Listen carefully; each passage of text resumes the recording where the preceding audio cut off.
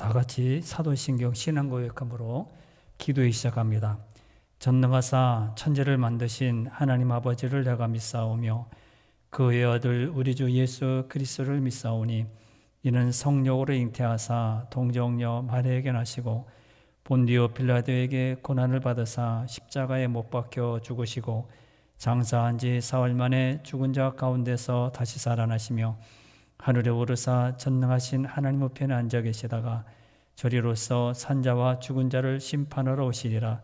성령을 믿사오며 거룩한 공예와 성도가 서로 교통하는 것과 죄를 사하여 주시는 것과 몸이 다시 사는 것과 영원히 사는 것을 믿사옵나이다. 아멘. 찬송가는 563장을 부릅니다. 563장입니다.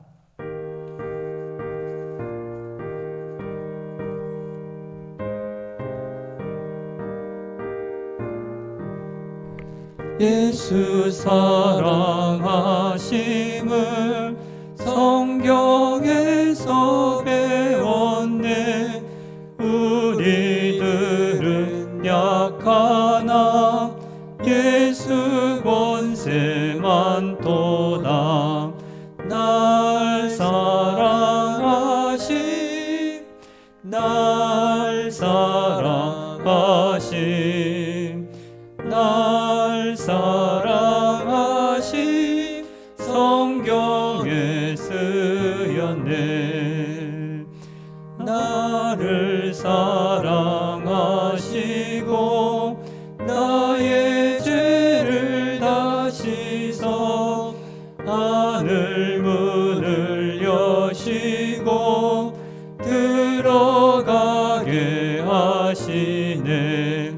날 사랑하심 날 사랑하심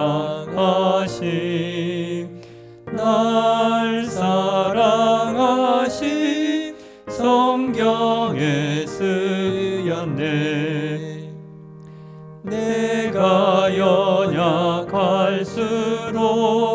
더욱 귀히 여기사 높은 보좌 위에서 낮은 나를 보시네. 날 사랑하심 날 사랑하심 날 사랑하심 성경에 쓰였네.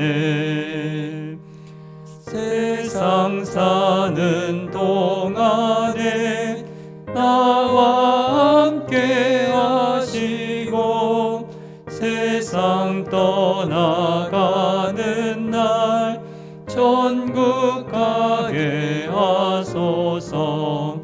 날 사랑하심 날 사랑하심 날 사랑하심 성경에 쓰였네. 아멘.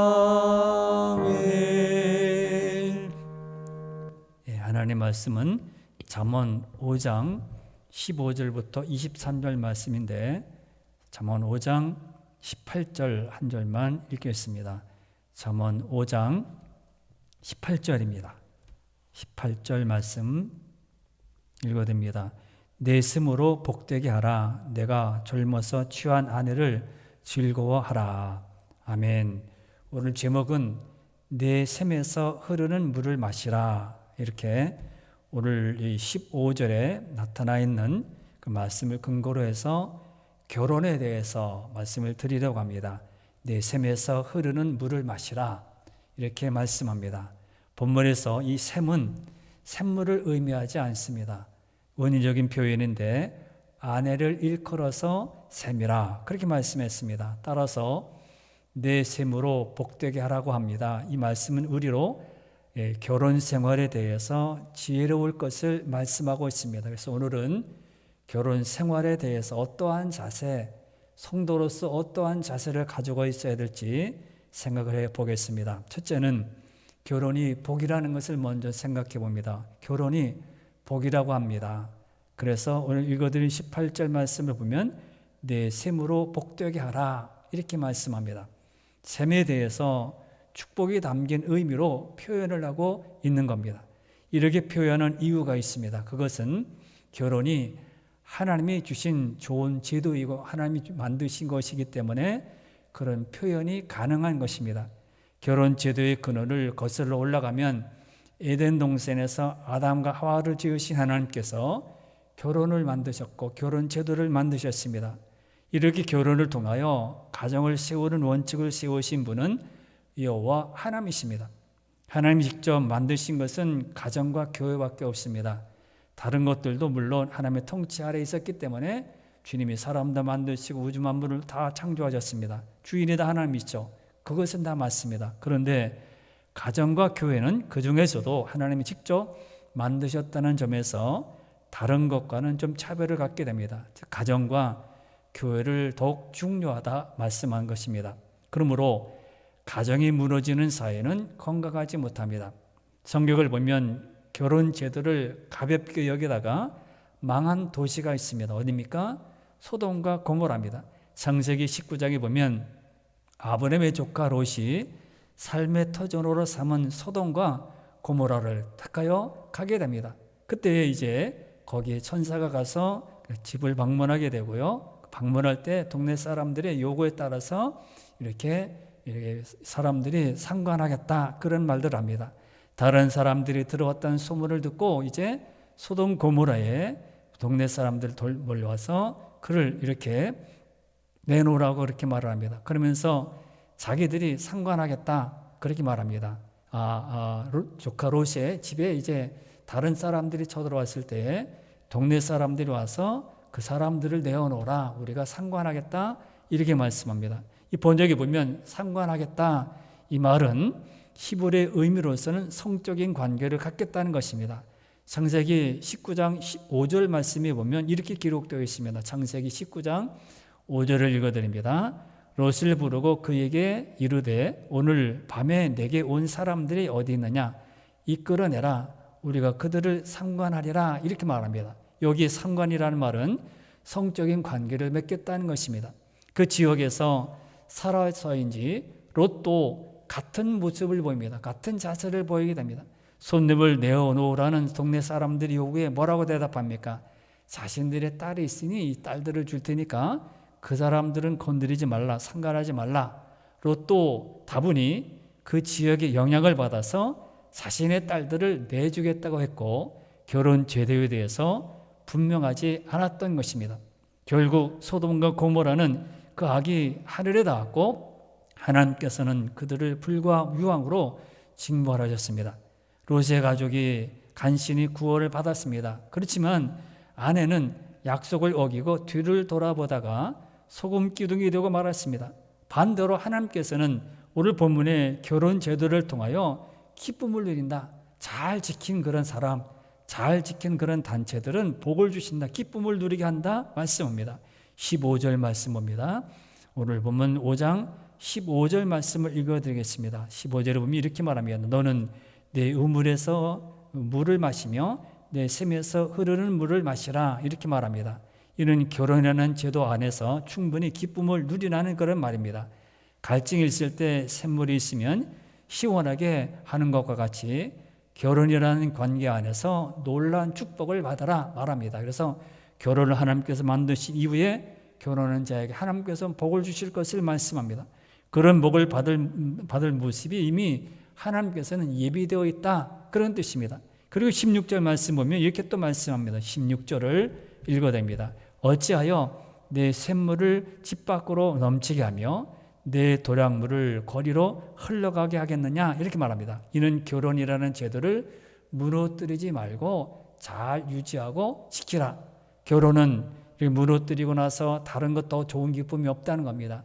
다른 것이 세상에 없다는 거예요. 하나님이 말씀하신 것은 그 결혼, 거기에 복이 있다고 숨겨놓으셨습니다. 따라서 성도라면 결혼의 신성함에 대해서 늘 생각하고 있어야 합니다.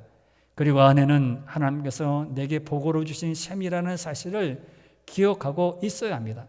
그러므로 여기서 우리가 계속 지혜에 대해서 생각해 보고 있는데, 지혜는요 멀리 있지 않습니다. 누구 공부 많이 한 사람 외국에 나가야, 유학을 갔다 와야 지혜가 생기는 것도 아닙니다. 다른 것도 아닙니다. 말씀 안에 있어요. 우리가 믿는 그 말씀 안에 지혜가 담겨 있습니다. 결혼제도 자체가 하나님이 주신 그런 축복인 줄 알고 그 안에서 기쁨을 누리러 가는 것, 이게 지혜로운 것입니다. 결혼제도 밖에는 기쁨을 누리는 그런 것들은, 그런 사람들도 잘못됐고 그런 것은 가볍게 여기면 안 된다고 분명히 말씀합니다. 하나님의 복을 받지 못하는 자들은 결코 지혜로운 자들이 아닙니다. 그러므로 우리는 이것을 잘 지켜 나가야 하고 유지해야 합니다. 두 번째는 그러면 결혼을 위해 기도해야 한다는 거예요. 이 결혼이 하나님께서 만드신 그런 제도였고 축복을 말씀하셨기 때문에 결혼을 위해 우리가 기도해야 합니다. 결혼은 하나님 만들어주신 것이라고 했습니다. 그러므로 이 제도를 없앨 수 없습니다. 무너뜨릴 수 없습니다. 우리가 결혼 제도를 통하여 한 남자 한 여자가 만났습니다. 이들은 평생을 함께 가야 하는 겁니다. 평생 함께 가는 겁니다. 평생으로 그렇게 말씀했습니다. 그래서 결혼 생활할 때 신중해져야 하고요. 또 우리는 겸손의 마음을 가져야 합니다. 요즘 이혼율이 높아지고 있습니다. 그러므로 그것은 우리가 성도로서 해야 될 일이 아닙니다. 결혼이라는 것을 통해서 보다 더 근원적인 하나님의 복에 이르려면 이 제도를 자체를 다 신중한 모습, 그 안에서 말씀을 대하는 그런 모습으로 대해야 합니다. 19절 말씀에서 또 이렇게 말씀합니다. 19절 말씀 읽어냅니다. 그는 사랑스러운 암사슴 같고 아름다운 암노루 같으니 너는 그의 품을 항상 족하게 여기며 그의 사랑을 항상 연모하라. 연모, 사모라는 겁니다. 항상 아내의 품을 사모하라. 그렇게 말씀합니다. 이 아내의 표현에서 사랑스러운 암사슴 또 암노루 같다 아름다운 표현을 하고 있습니다.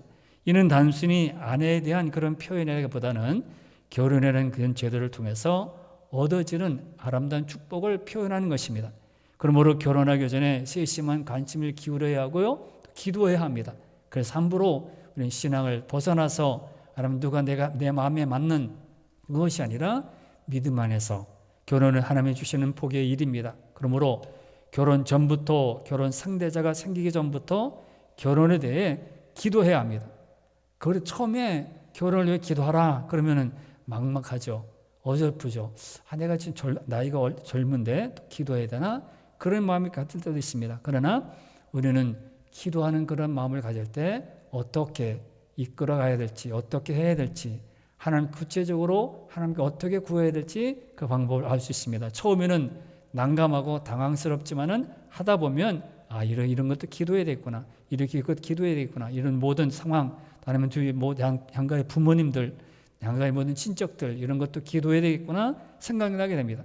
그러므로 우리는 이렇게 기도해야 합니다. 또 한 가지는 믿음 안에서 우리는 결혼을 해야 한다는 겁니다. 결혼은 새로운 생활을 만드는 것입니다. 때문에 같은 믿음으로 시작하지 않으면 힘들게 됩니다. 성도라면 하나님이 주시는 결혼 관계에 대해서 신중해야 하고 그 신중함은 결혼 전부터 기도와 믿음의 교제를 통해서 이루어져 가야 합니다. 그래야 상대방을 통해서 하나님이 주신 축복을 흔들리지 않고 이어갈 수 있습니다.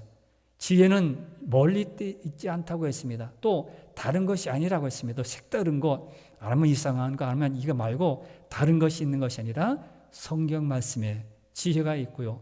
이것을 지키는 자가 지혜로운 사람입니다. 그러므로 결혼도 마찬가지로 이렇게 우리에게 결혼에 대해서 지혜를 말씀하고 있는데 감사하며 깨어 믿음으로 구해야 하고 신중한 마음을 가져야 한다는 것입니다. 그리고 세 번째는 신앙의 순수함을 지켜야 한다는 것입니다.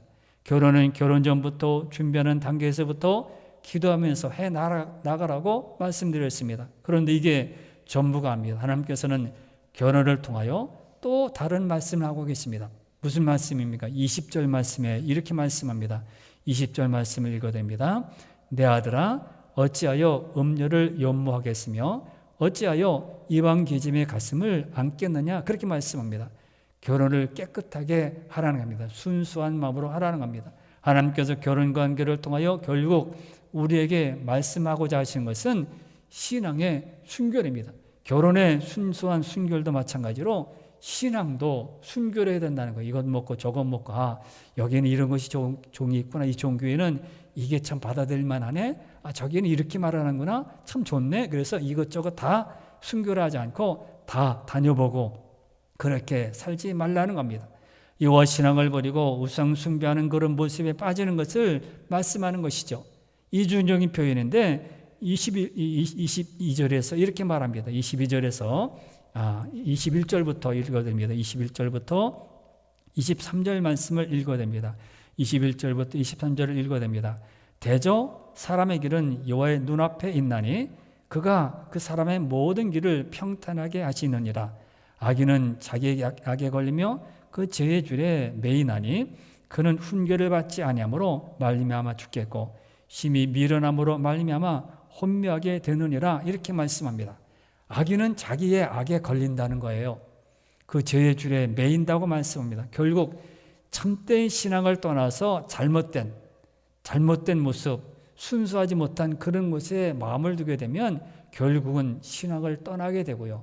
버리게 되고요. 나중에는 형벌을 받게 된다. 그렇게 21절부터 23절에 말씀하고 있습니다. 그러므로 여러분, 지혜는 다른 것이 아닙니다. 여호와 하나님에 대한 신앙을 순수하게 지키는 것, 어떻게 보면 순종하는 것, 말씀대로 따르는 것 계속 나오죠. 지혜로운 것은 여기에 있습니다. 지혜는 신앙의 순수함을 지켜가는 겁니다. 이것저것이 아닙니다. 순수하게 내가 여호와 하나님을 경외하고 두려워하는 마음으로 말씀을 따르고 그 안에 순종하는 것. 우리는 순수한 것에 다른 것을 자꾸 섞으면 안 됩니다. 섞으면 섞을수록 신앙은 이상해집니다. 이것도 좋고 저것도 좋다, 다 좋다고 해서 섞어버리면 아무것도 아닙니다. 신앙은 순수해야 되고요. 복음은 순수한 겁니다. 기쁜 소식들은 순수한 겁니다. 여호와 하나님에 대한 신앙은 한치의 양보도 없이 순결해야 되고요. 정결해야 되고요. 성결한 마음을 유지해야 합니다. 그러면 그 신앙이 나를 보호하고 붙들어 주는 겁니다. 순수할 때 지난 시간에도 말씀드렸죠. 임 믿는다고 해서 바보 취급당하고요. 무시당하고요. 그럽니다. 그러나 그래도 우리는 믿음 안에서 순수함을 지킬 때에 우리 하나님이 나를 지켜주시고요. 마지막 날에 하나님이 나를 믿음의 자리에 세우시는 것을 봅니다. 그러나 이것저것 다 받아들여서 이것도 좋다 저것도 좋다 다 그럴 때 나중에 누가 세워줘요? 사람이 이 세상에 세워주지 않습니다. 그 사람이 와서 공부하자 성경 공부하자 그 사람이 나를 세워줍니까? 아니에요. 이 하나님이 나를 마지막에 세우신 겁니다. 그러기 위해서는 어떻게 합니까? 신앙의 순수한 마음, 이게 지혜입니다. 하나님이 나를 붙들어 주시고요. 여호와께서 인정하신 길에 서게 되고요. 참된 지혜로 순수한 신앙을 이어갈 수 있습니다. 사랑하는 성도 여러분, 오늘은 우리가 하나님이 복되게 하신 셈에 대해서, 결혼에 대해서 말씀을 드렸습니다. 결혼은 하나님이 주신 제도인 것을 깨닫고 하나님이 원하시는 결혼 관계를 만들어 가야 합니다. 그렇게 하는 것이 하나님께로부터 마르지 않는 복, 하나님이 예비하신 축복, 하나님의 축복을 우리가 받아 누릴 수 있습니다. 결혼을 통해서 여호와 신앙도 더욱 순결한 마음을 가져야 합니다. 순결해야 된다는 거예요. 불순물이 조금 더 들어가지 않는 순수한 신앙.